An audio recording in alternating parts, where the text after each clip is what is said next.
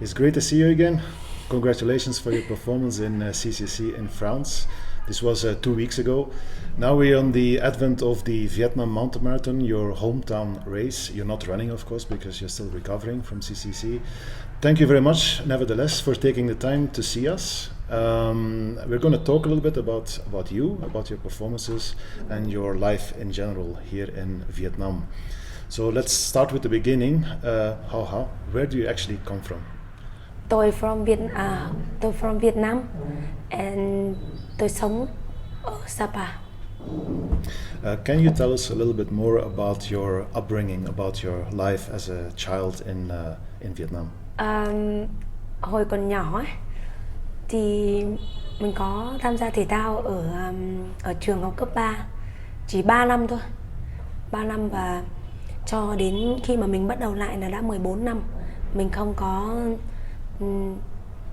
tham gia bất kỳ hoạt động thể thao nào nữa. Were your parents interested in sports, in running? Bố mẹ của chị thì không thích chị chơi thể thao. Why is that? Tại vì là chắc là họ nghĩ rằng là sau này ấy, chị già ấy, và chị nào mẹ đơn thân ấy, thì sẽ không ai chăm sóc cho chị.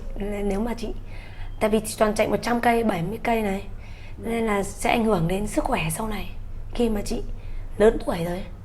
Lớn tuổi rồi. Đúng rồi, mà là chị là một mẹ đơn thân nữa, cho nên là sẽ không ai chăm sóc cho chị. Có liên quan đến thu nhập không? Không. Okay. Cũng có một chút liên quan đến thu nhập. Okay. Cái số hiện tại thu nhập bây giờ nó chỉ là một phần của cái công việc ngày xưa chị làm thôi. Nó rất là nhỏ. So how did sports come into your life as a teenager when you were young? Because I understood that you were already a good runner as a teenager in high school. Chị nhớ là lâu lắm rồi nhỉ. Bây giờ 17 năm rồi. Chị nhớ là ở trường có tổ chức cái giải chạy á, hình như là 3 cây ấy. Okay. Chị học môn thể dục thì lúc nào chị cũng 9-10 điểm mà. Lúc nào cũng 9-10 điểm, thế là chị xin cô giáo cho chạy. Chạy thử thì chị đứng nhất. Mà hồi đấy đạp xe nhiều chứ, 12 cây đến trường học ấy. Ngày nào cũng phải đạp 12 cây. Did you have any sporting heroes, like somebody you look up to? Không có đâu. No. No. So you were a talented runner already, as you said. So why did you stop? Is it because your parents were not happy with you doing sports, or? Không phải như vậy đâu, mà là chị đi thi đại học ấy, thì họ không có nghĩa là chị thi rất là tốt, tất cả các môn thi đủ điều kiện làm giáo viên, nhưng mà giáo viên thể dục ấy, nhưng mà thiếu chiều cao. Okay. Thiếu 2 phân. Thiếu 2 phân. Đó, nên là chị dừng thì không chơi thể thao nữa, mà chị từ đó rồi đi là chị đi làm. Is that when you then went into the tourism sector here in Sapa? Không. Chị làm nhiều việc lắm. Bắt đầu là chị làm rất là nhiều việc khi mà chị đến Sapa, tại vì mình không có học tiếp ấy, nên là chị đã lựa chọn đến Sapa. Thì chị làm nhiều việc lắm, là bắt đầu là làm nhân viên. Không, bắt đầu là phục vụ nhà hàng á, rồi làm nhân viên bán hàng này, sau đó là làm chủ một cửa hàng quần áo khoác này, rồi làm ở văn phòng tour, sau đó đi chạy. And in the tourism sector, of course, a lot of things happened in 2020 with the outbreak of the corona crisis. Vietnam was also locked down. There were no foreign tourists coming in. And this is when you started again with sports, right? Đúng rồi. Tại vì là chị không có, tức là công việc không có nhiều nữa. Thế rồi chị bị tăng cân á. Chị tăng cân. Xong rồi là bạn trai của chị bảo chị đi chạy á, để giảm cân. Thì lúc đầu chạy nó có giảm cân đâu em, tại vì chạy có 4 cây. Không giảm cân. Thế xong rồi là chị phải chạy có 4 cây nó không giảm cân ấy. Xong rồi là chị phải đổi sang là chạy 4 cây buổi sáng, 4 cây buổi chiều. Thì bắt đầu chị thấy cân nặng của chị bắt đầu giảm. Xong rồi là em dịch đi, xong rồi chị nói tiếp. And you started to take part in races, right? And you immediately started winning. What was your first race? Cuộc đua đầu tiên của chị ở Phan Xipang. Đúng rồi, Phan Xipang. Chị về nhất nữ ấy. Nữ cự ly bao nhiêu? Không có cự ly, nó chỉ có một cự ly thôi. 11 cây. Was that that's Mount Phan Xipang is the highest mountain here around Sapa, right? Was that to the summit? Đúng rồi. Đây là cái núi Phan Xipang ấy, nó là cao nhất ở Sapa này. Nhưng mà chị không có tập luyện ở đó đâu. Chỉ có thi đấu ở đấy một lần thôi. 3 năm rồi.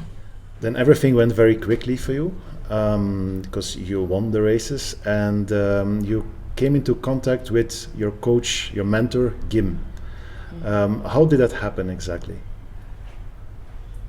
Nhưng cái này là sau khi mà chị chạy 70 cây ở VTM ấy, thì chú Guim chú xem kết quả của chị thấy tốt ấy. Thời tiết rất là khắc nghiệt này.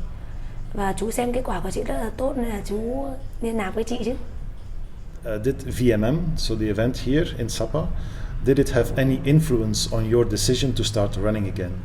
Tại vì chị làm việc ở cái văn phòng tour của chị ấy, nó đối diện với lại cái expo của Topat. Nên là chị chứng kiến năm nào cũng có cuộc đua ở đấy mà chị không nghĩ rằng mọi người có thể chạy được 100 cây, 70 cây ấy. Hồi đấy chị thần tượng họ lắm. So then we are in 2021 and you start working together with Guim.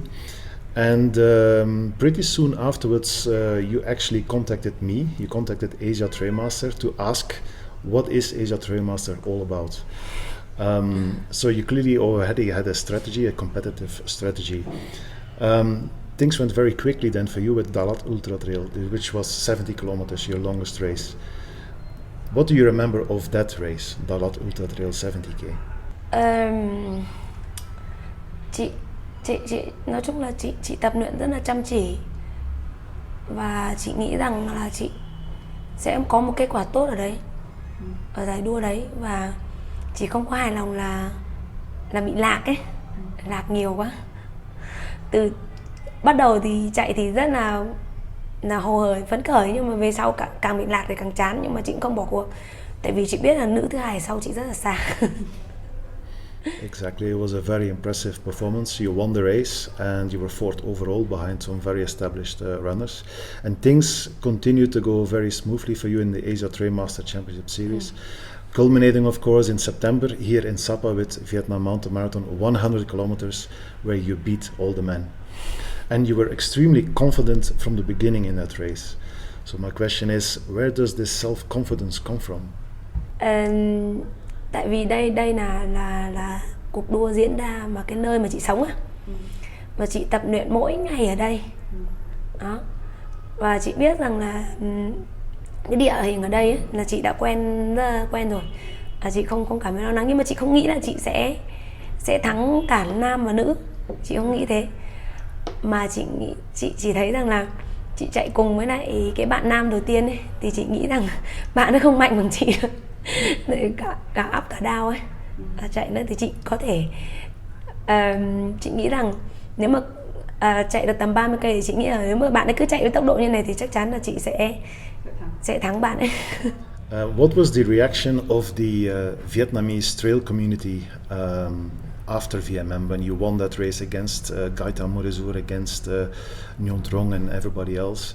How did they react, and how did your parents and your friends react to this victory?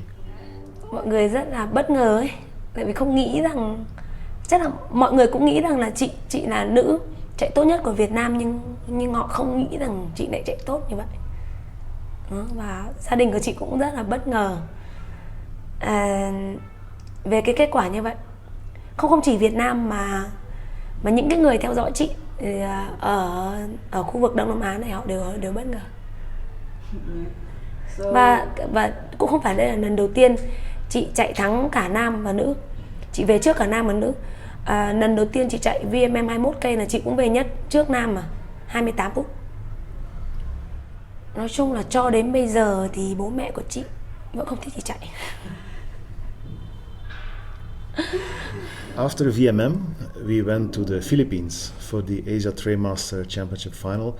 You're wearing the champion's jersey, of course you won, but it was a very difficult race for you in the beginning, right? Can you walk us through those first 20 kilometers when you were behind Vanja Knops? And that was the first time in your running career that you were behind another woman. How did that feel for you? What were you thinking at that moment? Chị tin tưởng vào cái khả năng chạy bộ của chị. Và chị nghĩ rằng là sau cái cuộc đua 50 cây ở Thái Lan ấy, thì chị biết là chị cũng cơ thể của chị đang phục hồi. Nhưng mà ngay từ lúc xuất phát thì dù chị có đẩy cao thì cũng không thể đuổi được nữ vận động viên đầu tiên ấy. Nên là chị chọn là chạy dễ dàng, nhưng mà cũng không hài lòng với lại cái cơ thể của chị, tại vì nó không chịu chạy. Nhưng mà chị tin tưởng vào cơ thể của chị, và chị cứ giữ tốc độ như này thì chị cũng sẽ ở cái top 3 rồi. Mình nghĩ thế, chứ không thể nhất được. Nhưng mà sau khi mà chạy được tầm 50 cây thì chị bắt đầu cảm thấy tốt lên, và chị nghĩ rằng chị sẽ chiến thắng. Exactly, it was one of the greatest comeback stories in a race that I've ever seen myself, so it was impressive.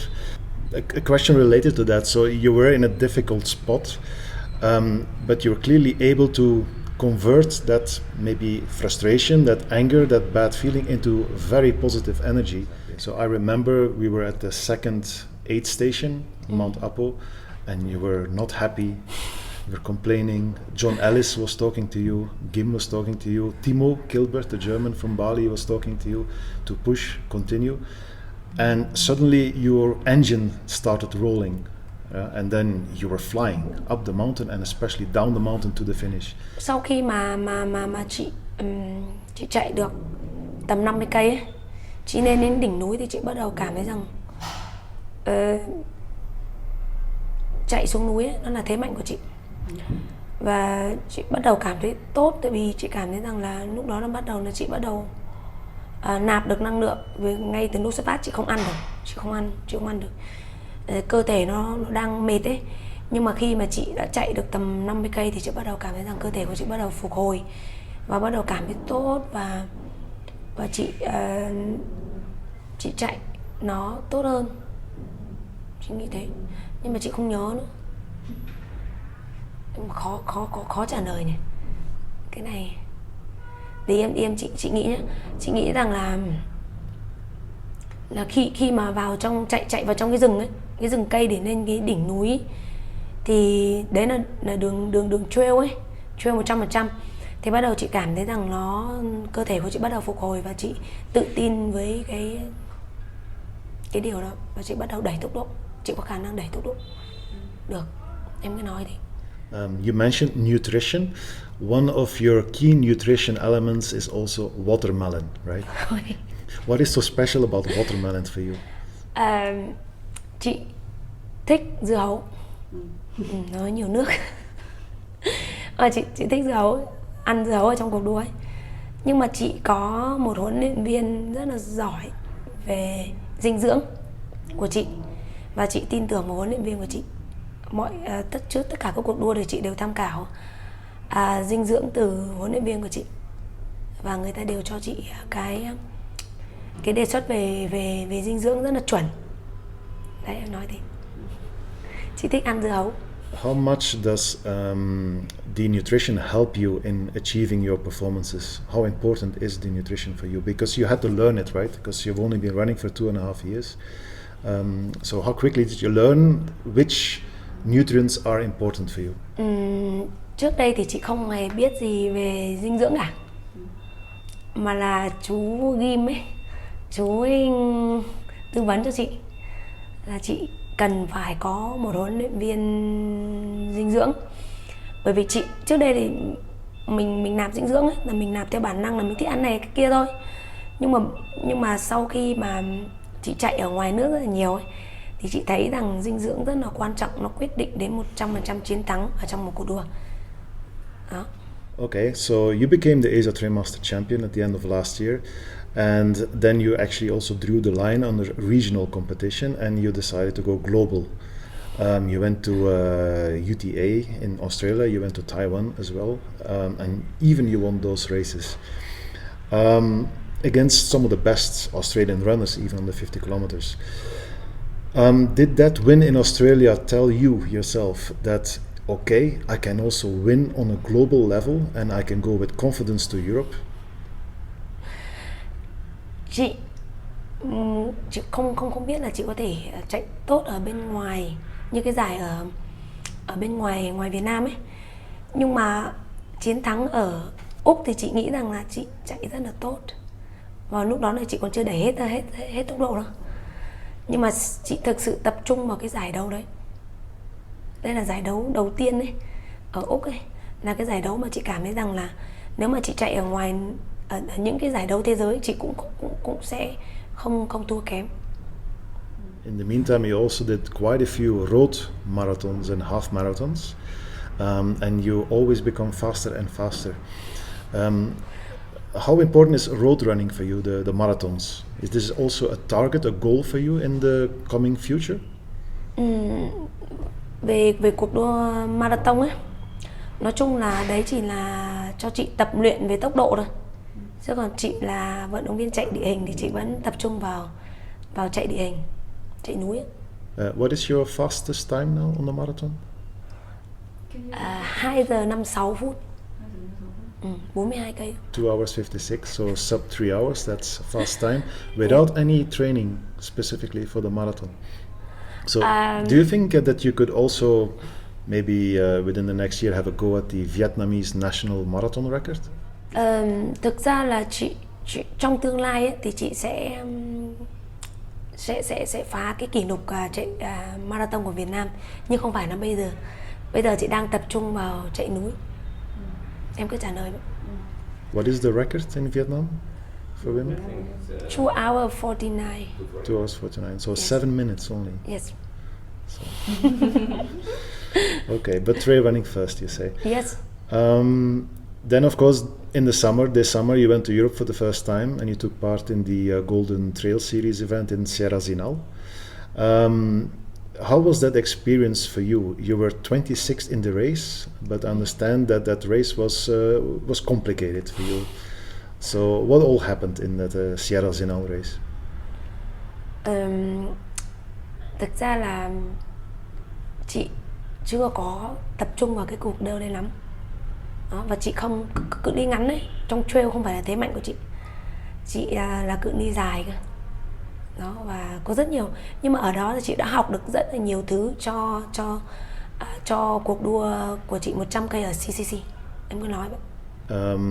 A training for the CCC, but still you came 26th, which was for you also a totally new experience. Was this for you also like maybe kind of a wake-up call, like, okay, now I'm really at the top level in the world and I'm 26th, so could it be that you went to CCC more relaxed because you knew that it's going to be very difficult to win in CCC? Không, tại vì là chị đến đó là để tập luyện thôi ấy. Và chị đến đó để tập luyện thôi, chứ chị không nghĩ rằng cái kết quả của chị là về thứ 26 là tốt. Tại vì là chị không có hài lòng với cái kết quả đó. And then comes CCC, right? The big day in Chamonix. And you had to start from the second starting block. So you had already 150 runners ahead of you at the start.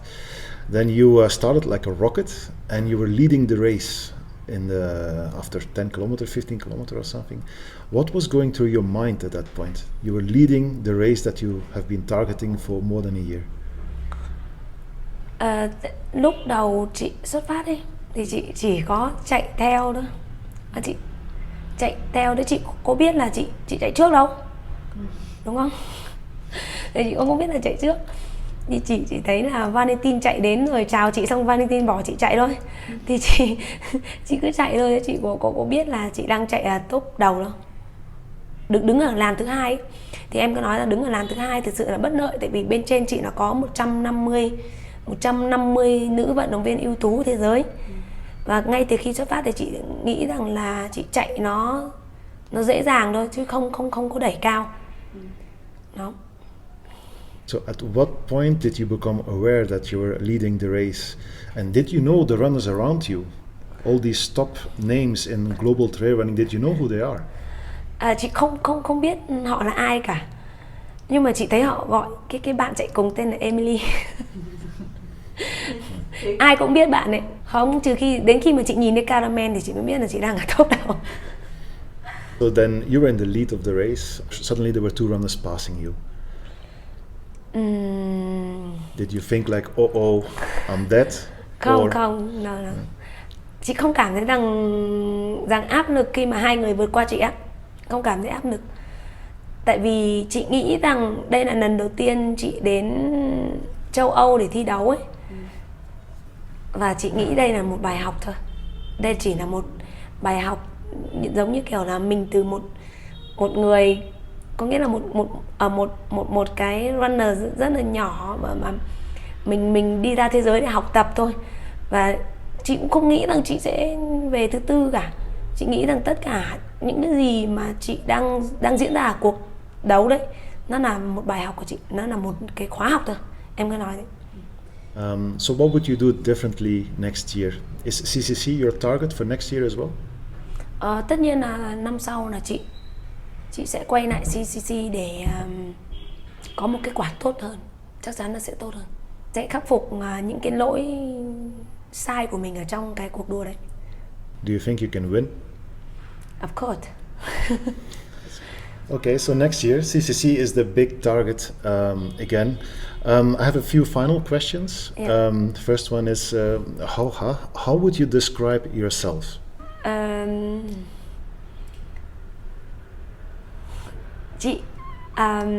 Chị là một người mẹ đơn thân ấy. Thì rất là khó khăn khi mà vừa chăm con ấy, vừa tập luyện này. Không ai biết được những cái khó khăn mà một người mẹ đơn thân phải trải qua ấy. Nhưng mà chiến thắng của chị ở CCC về top 4 ấy, chị nghĩ là cũng không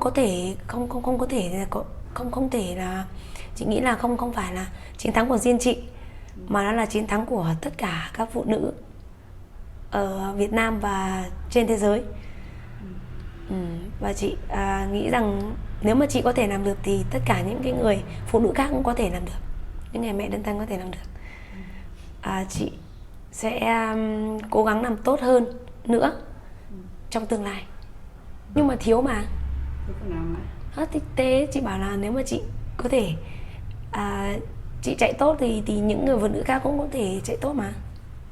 Cái đấy em làm gì nói. You also have a 7-year-old son. How does he perceive your successes in running? Con trai của chị sợ nhất là chị chạy downhill. Có thể ngã và chết. You also sometimes go running together? Đúng rồi, chị có. Không nhiều lắm, tại vì chị cũng rất là bận. Con trai của chị rất là yêu thể thao, nhưng mà chị cũng rất là bận. Chị vừa làm việc vừa tập luyện, nên là cũng không có nhiều thời gian lắm. Final question, what advice would you give to young trail runners or runners in general in Vietnam?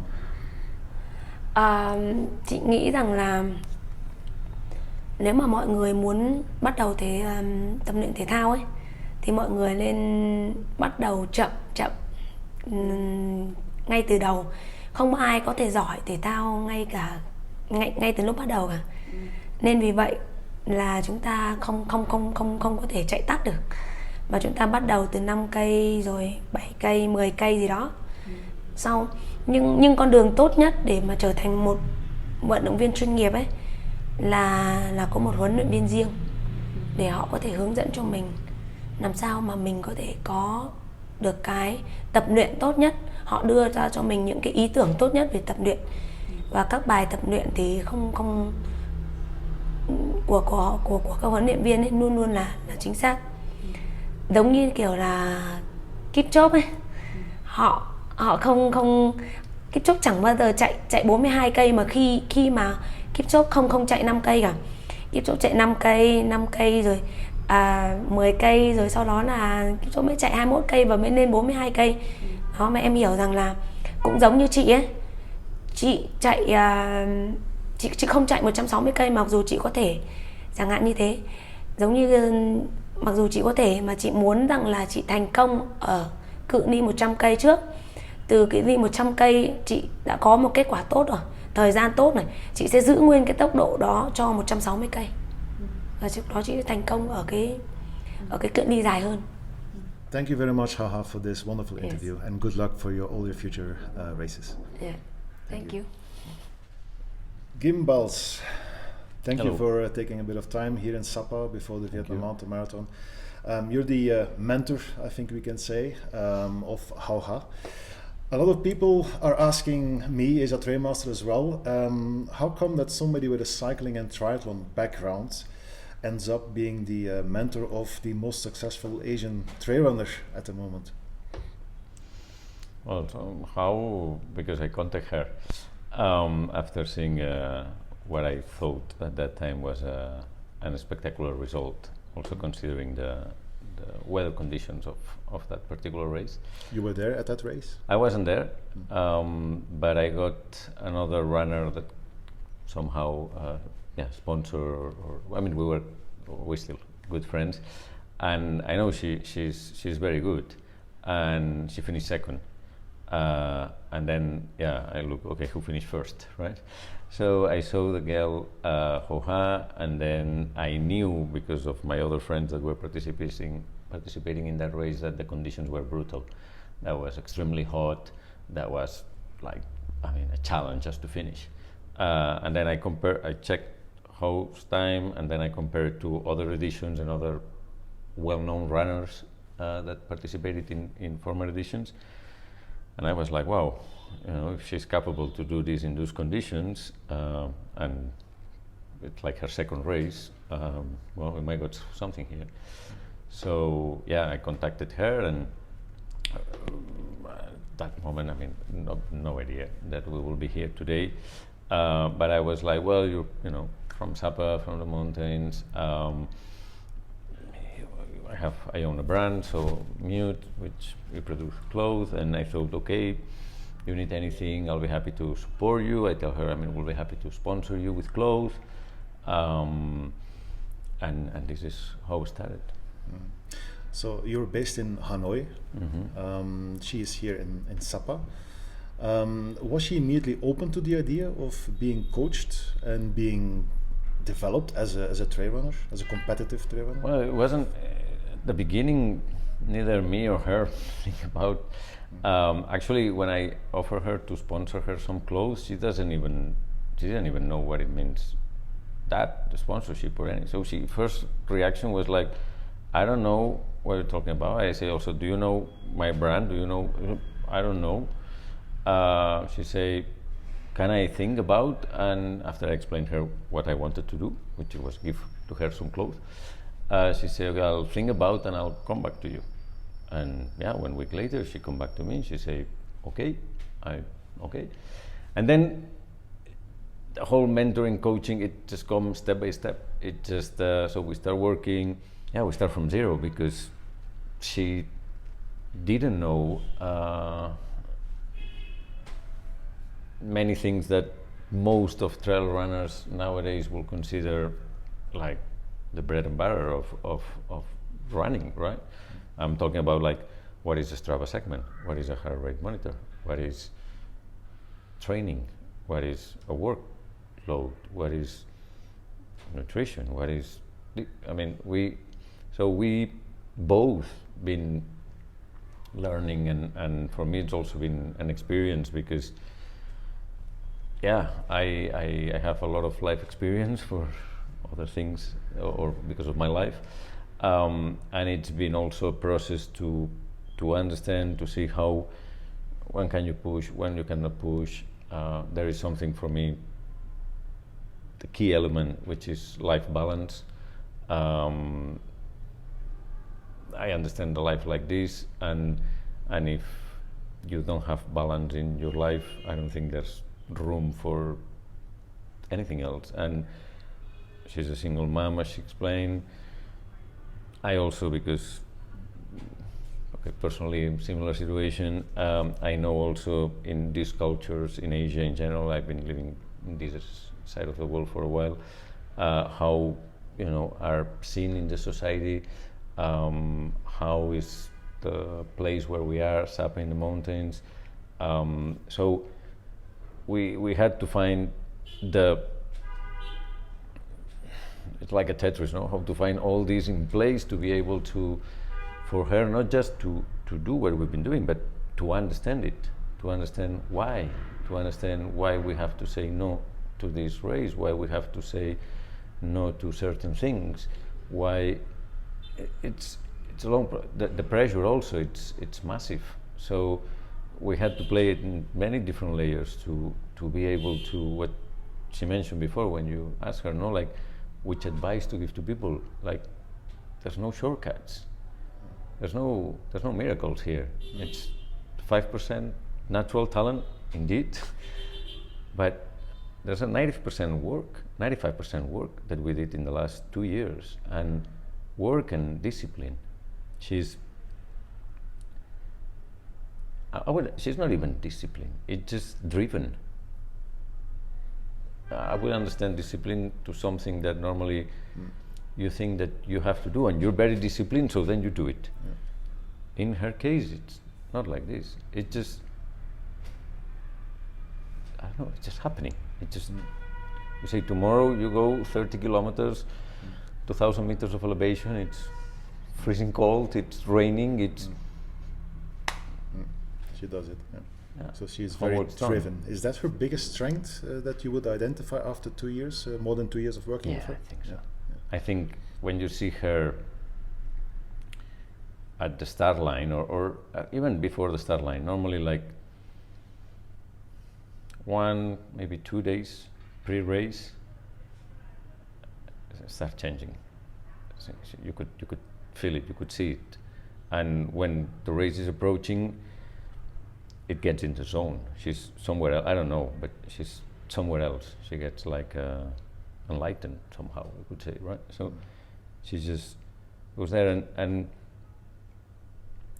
there's tactics, sure there's a lot of work, sure there's a lot of we have a team of coaches around her, but there is a natural talent there. There is something. There's this when you ask her like what's inside you that drive you, or what's the confidence, it's just happiness. She's free when she runs, and I don't think anybody, I think everybody in the world, we are looking for happiness. Either if it's with material things, either it's with money, either it's with love, either it's with, that's the reason why we wake up every morning. And she gets that when she's running 100 kilometers through the mountains. Not my case, but that's her drive. Yeah. Obviously, CCC is a 100-kilometer race. She has also been excellent in 50-kilometer races, and she has a ever faster personal best on the marathon. What, in your mind, is her best distance? I think, any distance. It's, as I say, there's a percentage of natural talent. It's, she mentioned Kipchoge. He was the best in the world in 5,000 meters, right? Now he's the best in the world in 42 kilometers. The human bodies, and I learned this myself a few years ago. I didn't know how to swim. Now I know how to swim. I'm a decent swimmer. A human body, it's a machine that if you teach, it learns. The muscles, your muscles, everything. It's if you train them, they learn. Many times they complain. Yeah. Many times there's not enough oil and they break, but they learn. So I do think that, I don't know what's the limit. We'll keep working, and I have an idea, sure, but we'll keep working, and as I said before, we need to make sure that she can run 100 miles at the same speed as 21 kilometers trail run. Yeah. If we can do that, tell me who can follow, right? Yeah. That's what Courtney does. That's what Killian does, right? Yeah. So they are also capable to step down a distance, and still Courtney goes to Zegama and she still win. So, okay, you have to adapt your body, you have to teach your body, but these guys, they do this or they achieve these things after a lot of work. There's a talent, but there's a lot of work behind. Absolutely. It's a step-by-step approach, which is kind of textbook, I would say, development of a competitive athlete. It's kind of a blueprint for every aspiring trail runner in Asia. So is this something that you feel is missing sometimes a bit in Asia? I think not just in Asia. I think this is... Because Hau Ha is exceptional, right? I think Yeah. everybody agrees that as It a is. competitive Sure. runner, there's very few like her. A few names come to mind, like Hisashi Kitamura, who's also very driven and competitive minded, and there's others, Jeff Campbell as well. But Hau Ha is different, considering the short time frame that she had to really become a... I think, well, I mean, winner. you and I also, we talked, like last year a lot of times, and I mean, okay, I could know many things because I'm working with her every day, but there's no secrets. I mean, there's just the steps to follow, and it's not that Asia people will. It happens the same in some athletes in Europe or in US, or I think, yeah, there's no secrets. It's just hard work, and you get your results, but you need to be patient. And the problem now is that the world moves too fast, Yeah. and it's very hard for young people, for runners, for you mentioned to her why before you say, okay, you were doing trail running, but you also run a lot of road races. What's the reason? Yes, mentally we managed to shift and to make her understand that, okay, road running could be a great part of the training, and but I mean, that was not her initial approach. The initial approach is like, sorry, but in the road races, there's a lot of money, right? So I can go make money. And it's like, then you have to make her understand, like, okay, but besides the money, also one thing is the money that they announce, the other one, the one that they finally get. But besides that, how this affects to the rest of the things, how this affects you also in the long term. A road marathon at 35 degrees, 90% humidity is like squeezing an orange. I mean, your body ends up pain, right? That's an option to do, but not if what you want is, or if what you have is a talent for running 100 kilometers, like you and me, we walk 100 meters. On social media, we also often see Hau Ha on a race bike. Yeah, that's also part of her training program, right? Yeah. So, how important is that element in your mind, cycling for a trail runner? I think they're complementary. I mean, I'm not showing any secret. I mean, cross training, it's key. It's a key element for not just for trail running, football players, triathletes, swimmers. I mean, they spend time at the gym, they spend time doing other things, right? So cross training is very important. But I do think also that, well, because of my background, that cycling has also a meditation component, and it is also the muscles that you use, primarily your legs. You could see, I mean, you're a cyclist, an amateur cyclist, you get yourself to running, and first days might feel uncomfortable, but very soon, you can move your body pretty decently, and the other way around it happens. But mostly for me, the important is the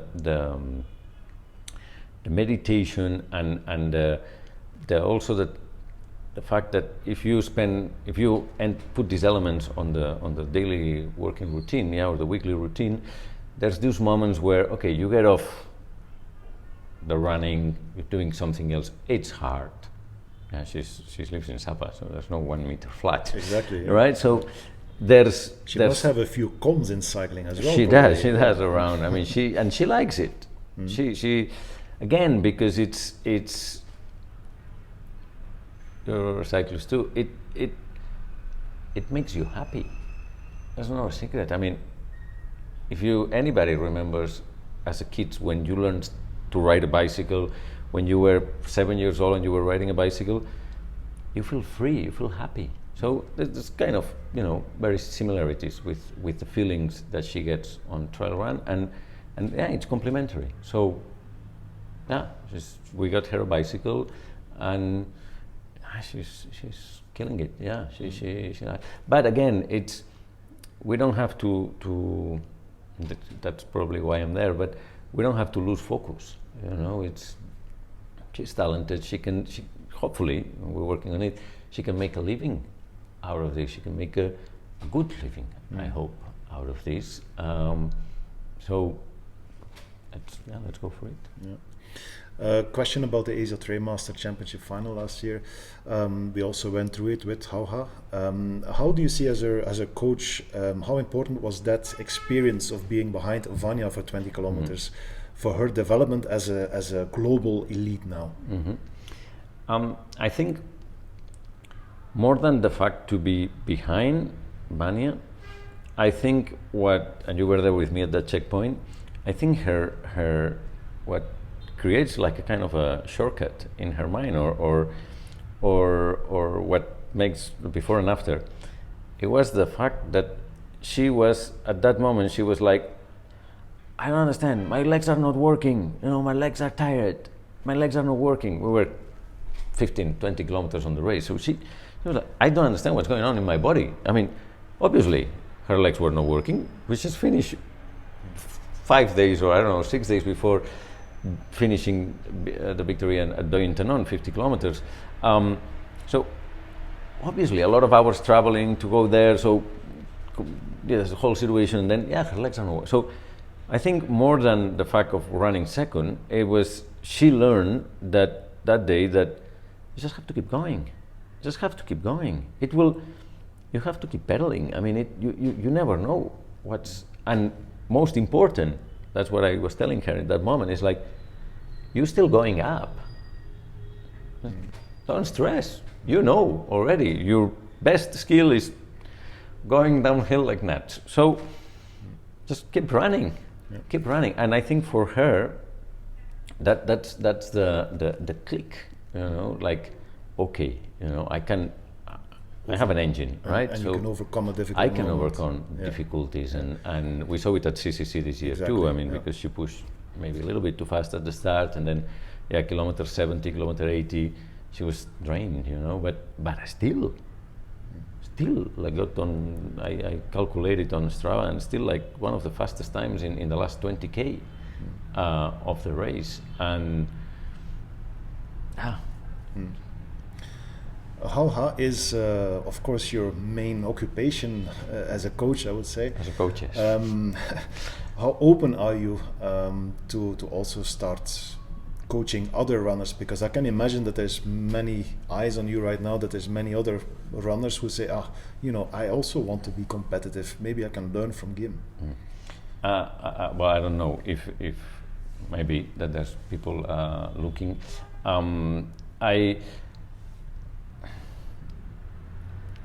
Again, what drives me is not I'm competitive as myself when I do sports. Yeah, I like it. I'm a romantic, I would say it in my vision of life. I enjoy. I mean, I suffer a lot, crazy these 2 years with crazy situations, working with Hau, but.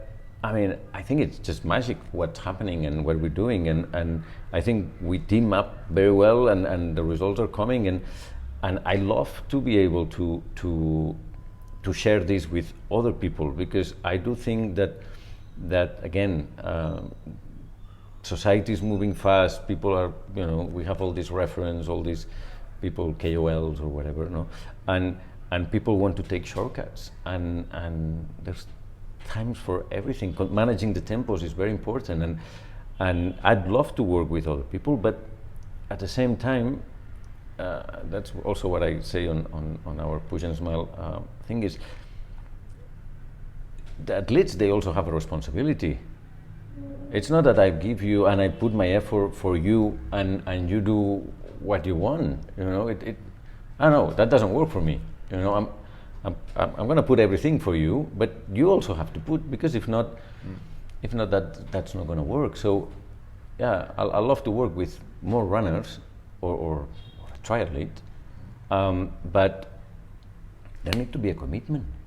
You know, you need to have a drive. I don't know if the drive is just to be famous. Well, that could be one. I don't know. Let's work on it. Let's, you know, but there has to be something. You know, and if not, I mean, I'm just a person. I mean, there's many other people who offering coach services and good coaches.